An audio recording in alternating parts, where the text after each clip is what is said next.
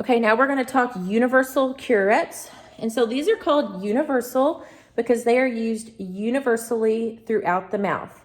Your universals are going to be your anterior universal, your 5-6 universal. Sometimes you'll hear that called a Barnhart, and then a 7-8 universal. Sometimes you'll hear that called a duckbill. Per the textbook, these are to remove small and medium calculus. This can be supra or sub because you have that toe, you have that rounded end. So technically it can be used above or below the tissue. Usually double-ended, where it's the same thing on both ends.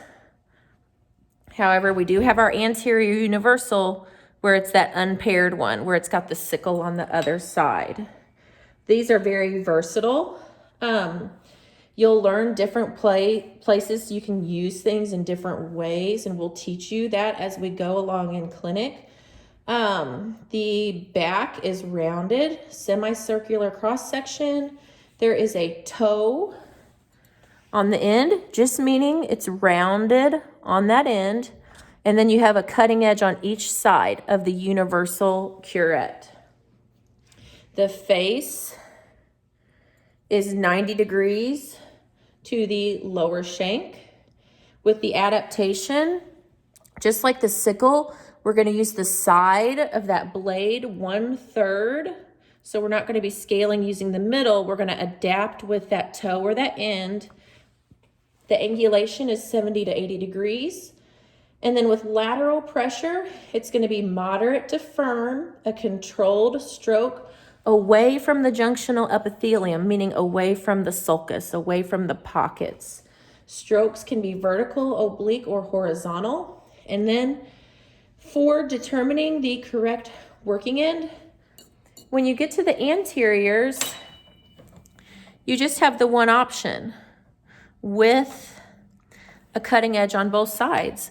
And so you're going to use your correct chair positions here, just like before. Only like we said with the sickle, this is where chair positions get really important. We're adapting and we're using lateral pressure. So remember, your surfaces toward are treated from 4 and 8, and then your surfaces away are treated from 12. So up here, this is going to be used just like your anterior sickle, where you insert near 0, or you have those cutting edges or blades up against the tooth. So you don't have blades out into the gingiva. They're up against the tooth, and then you pivot up on that fulcrum, or you lift up a little to get that 70 to 80 degrees for your stroke. You want a short, controlled stroke, moderate pressure, and then you overlap strokes. You want to pivot on your fulcrum to where you find the spot where that instrument is grabbing the tooth.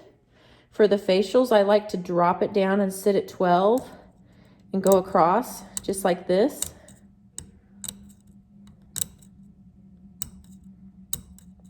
And then for my surface toward, I'm going to come down to 4 for left-handed, 8 for right-handed. I'm going to insert near 0, lift up, and scale again. So what I'm already noticing with this instrument is it's dull, by the way. And so if you're noticing that no matter how much you try to adapt this instrument, it is just not grabbing the tooth, chances are you've got a dull instrument and you need to sharpen it so that you're not working so hard and having nothing happen, basically. And so they need to be sharp so that they're doing the job that they're supposed to be doing. So then when we get to posterior instruments, I've got the 5-6 here. Got my terminal shank. So I'm sticking this in the distal of a premolar. Terminal shank is parallel with the long axis of the tooth, or straight up and down with the tooth. So again, like an exaggerated version of the Explorer. It's up and over. The bend is toward the back of the mouth. So this is my correct end. Whereas this is wrapping across the front. The bend is pointing out. This is my incorrect end. So for this one, tip to where you insert near 0 and those cutting edges are up against the tooth. Lift up to your 70 to 80 to adapt. And then short controlled strokes within that area. For going across the direct buccal, you're going to point down a little bit and do either oblique, which is more of a diagonal, or horizontal strokes. So short controlled strokes with a stopping point. And then once you get to the mesial, same thing. Insert near 0, lift up. Can you see how long this terminal shank is? I could be going deeper into pockets like that if I needed to with this particular instrument because I've got a long terminal shank. Next one is the 7/8. This one is a little bit trickier to find the correct working end. The terminal shank is right here, but there's more of a curve. It's not quite as obvious. And so for this one, you stick it in that distal and you want it to go up and over. Still the same. Basically in line with that long axis of the tooth. Whereas our incorrect working end is going to wrap across the front. So even though it's not that really obvious bend, this is our correct end because it's going up and over. So insert near 0, lift up, scale. I think you're going to find you're going to have favorites as you work. We all do. This one's my favorite. I love this instrument. I feel like it does everything I want it to do. And so you just go across there just like that. You know, remove that calculus, insert near 0, lift up to adapt. And I'm having to pivot a little bit here to get my, there we go. There's my adaptation.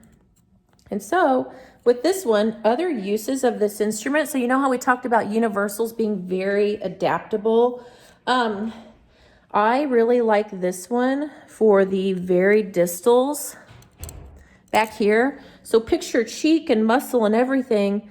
A common spot for plaque is back here. So I like to reach this universal back and not even use a hard scaling stroke, but scoop plaque off the back of there.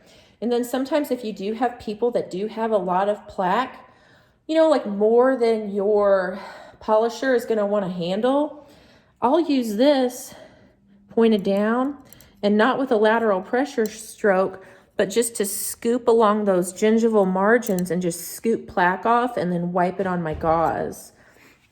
Another spot to use this for me personally is I'll use the toe.